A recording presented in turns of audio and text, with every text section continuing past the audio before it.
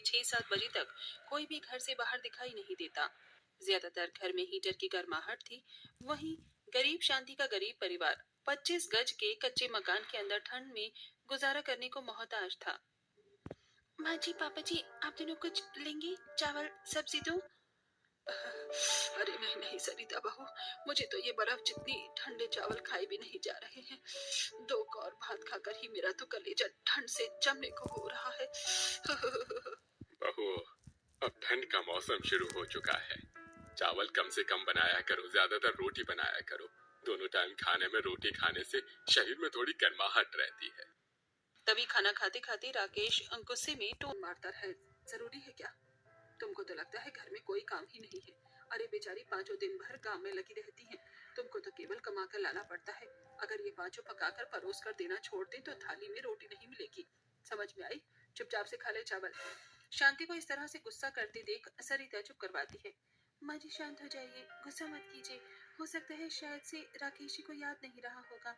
वैसे भी 1-2 दिन में कोटा से राशन मिलने वाला है, तो 20-25 किलो गेहूं उठाकर ले आएंगे तो थोड़े दिन चल जाएगा। टाइम के लिए आटा खरीद कर मंगवा देना। को आटे के अलावा रसोई में जो जो चीज घट गई हो, सवेरे लाला के यहाँ से जाकर थोड़ा थोड़ा खरीद कर ले आना। अभी ठंड की वजह से ज्यादा काम भी नहीं है, इसलिए दिहाड़ी नहीं लग पा रही है। बस ये 100 रुपए है मेरे पास केवल आज। अजी कोई बात नहीं, इसी में ही हम मिला जुला कर रसोई चला देंगे। शांति के घर में गरीबी का स्तर इतना ज्यादा था कि ना तो उनका सही ढंग का खाना पीना था और ना ही घर में जरूरत का घरेलू साज सामान था।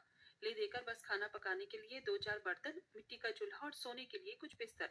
पांचों जब शादी करके आई तो घर में बिस्तर की कमी देखकर उन्होंने जुगाड़ू तरीके से कपड़े वगैरह से बिस्तर बना बना कर जोड़ा। बहू, हम सब लोगों ने तो खा लिया, अब तुम पांचों भी खाना खा लो और बिस्तर कर देना। खाने के बाद मेरा तो पेट चुभने लगता है, ज्यादा देर बैठने का मन नहीं करता। बबीता, तुम खाना निकालो, तब तक मैं एक साइड में बिस्तर लगा देती हूँ माँ जी पापा जी के सोने के लिए। पर मंजली जिठानी जी, कमरे में तो पहले ही कितना कम जगह है, आप तो बिस्तर करेंगी तो हम खाना कहाँ पर बैठकर खाएंगी? कमरे का हाल काफी ज्यादा फैला हुआ था। कमरे का एक कोना बिस्तर से भरा हुआ था, दूसरे कोने में खाना खाए हुए झूठे बर्तन बिखरे हुए थे और ससुर और 5 भाई नींद भरी आंखों से 5 बहू का मुंह देख रहे थे, जिसे देख सरिता, लगता है माँ जी पापा जी, हमारे पतियों को नींद आ रही है।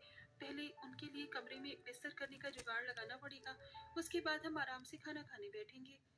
पांचों जुगाड़ू बहू जल्दी जल्दी फैलते हुए कमरे को समेटने लगती हैं। सरिता भाभी, मैं बिस्तर कर देती हूँ और नुपुर जिठानी जी, आप ही सारे झूठे बर्तन कमरे से बाहर निकाल दीजिए। खाना खाने के बाद बर्तन धो लेंगे। चलो तुम बिस्तर करो, तब तक मैं बर्तन में पानी डाल कर आती हूँ।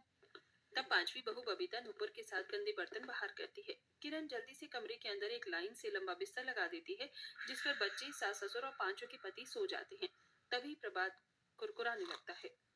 किरण भाभी, ये किस तरह से बिस्तर किया है आपने? खाली जमीन पर चटाई बिछाकर लेवा बिछा दिया है। इस पर लेटने के बाद भी ऐसा लग रहा है जैसे कुछ बिस्तर बिछा ही नहीं है। देवर जी, घर में जितना बिस्तर होगा उतने ही तो बिस्तर करूंगी। ले देकर बिछाने के लिए एक ही लेवा है घर में। अरे, तो इतनी सारी चादर किस लिए बचा कर रखी है? और ये गुदड़ी भी तो रखी है, इसे भी बिछाकर बिस्तर थोड़ा मोटा गद्देदार कर दो, ताकि थोड़ा अच्छे से सो सकेंगे, वरना सुबह तक तो ठंड की वजह से तबीयत खराब हो जाएगी। अरे प्रभात, तो बिल्कुल बिना पहनने का लोटा जैसी बातें क्यों करता है? और ओढ़ने का बिस्तर भी बहू बिछाने में लगा देगी तो रात भर इसी तरह बगैर कुछ ओढ़े सोना पड़ेगा।